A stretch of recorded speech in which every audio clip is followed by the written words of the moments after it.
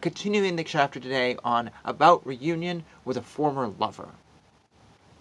As regards the man who may have been driven away from one woman and left the other of his own accord, the former woman, wishing to reunite with him, should first ascertain whether he still has any affection for her, and would consequently spend much money upon her, or whether, being attached to her excellent qualities, he did not take delight in any other woman, or whether, being driven away from her formerly, before completely satisfying his sexual desires, he wished to get her back, so as to be revenged for the injury done to him, or whether he wished to create confidence in her mind, and then take back from her the wealth which she formerly took from him, and finally destroy her, or, lastly, whether he wished first to separate her from her present lover, and then to break away from her himself.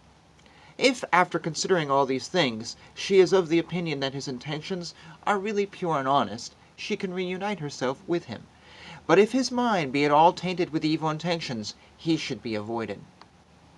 In the case of the man who may have been driven away by one woman and be living with another, if the man makes overtures to return to the first one, the courtesan should consider well before she acts.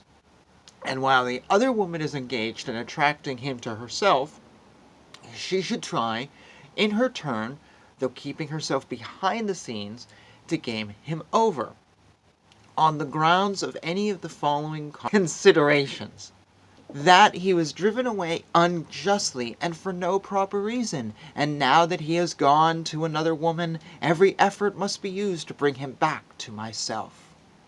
That if he were once to converse with me again, he would break away from the other woman. That the pride of my present lover would be put down by means of the former one. That he has become wealthy, has secured a higher position, and holds a place of authority under the king. That he is separate from his wife. That he is now independent. That he lives apart from his father or brother. That by making peace with him, I shall be able to get hold of a very rich man, who is now prevented from coming to me by my present lover. That he is not respected by his wife, I shall now be able to separate him from her. That the friend of this man loves my rival, who hates me cordially, I shall therefore by this means separate the friend from his mistress. And lastly, I shall bring discredit upon him by bringing him back to me, thus showing the fickleness of his mind.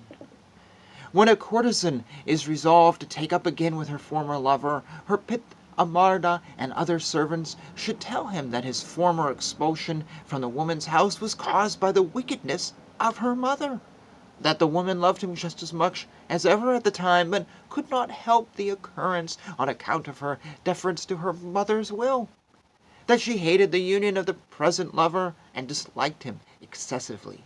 In addition to this, they should create confidence in his mind by speaking to him of her former lover for him, as should allude to the mark of that love that she has ever remembered.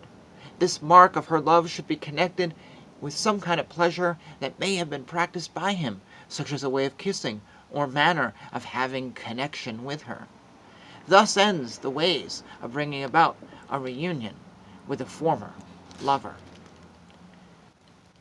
When a woman has to choose between two lovers, one of whom was formerly united with her, while the other is a stranger, the Acharyas are of opinion that the first one is preferable, because his disposition and character being already known by the previous careful observation, he can be easily pleased and satisfied. But Vatsyayana, the author of the sutra, thinks that a former lover, having already spent a great deal of his wealth, is not able or willing to give much money again, and is not therefore to be relied upon so much as a stranger. Particular cases may, however, arise differing from this general rule on account of the following natures of men. There are also verses on this subject as follows. Reunion with a former lover may be desirable so as to separate some particular woman from some particular man, or some particular man from some particular woman, or to have a certain effect upon the present lover. When a man is excessively attached to a woman, he is afraid of her coming into contact with other men. A courtesan should be agreeable to the man who is attached to her, and despise the man who does not care for her. If while she is living with one man, a messenger comes to her from some other man, she may either refuse to listen to any negotiations on his part, or appoint a fixed time for him to visit her.